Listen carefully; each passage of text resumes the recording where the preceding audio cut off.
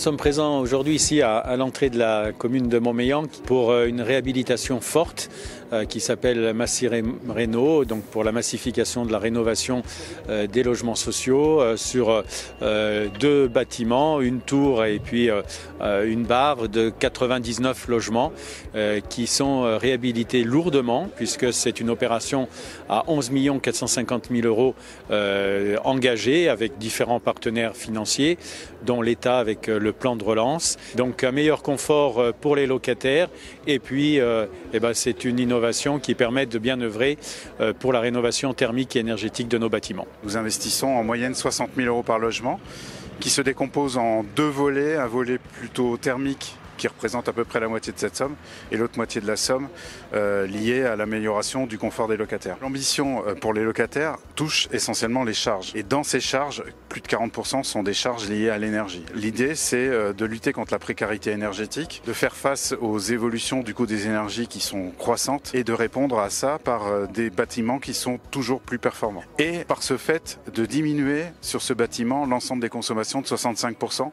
et un focus sur le chauffage où on divise par 4 les consommations de chauffage. On isole les façades avec des panneaux ossature bois préfabriqués qui sont fabriqués dans une usine à Rumilly, donc qui est pas loin d'ici, en local. Et puis on crée des balcons qui sont également fabriqués à Annecy, tous livrés sur chantier et mis en place en quelque sorte pour schématiser grossièrement comme un Lego sur la façade existante.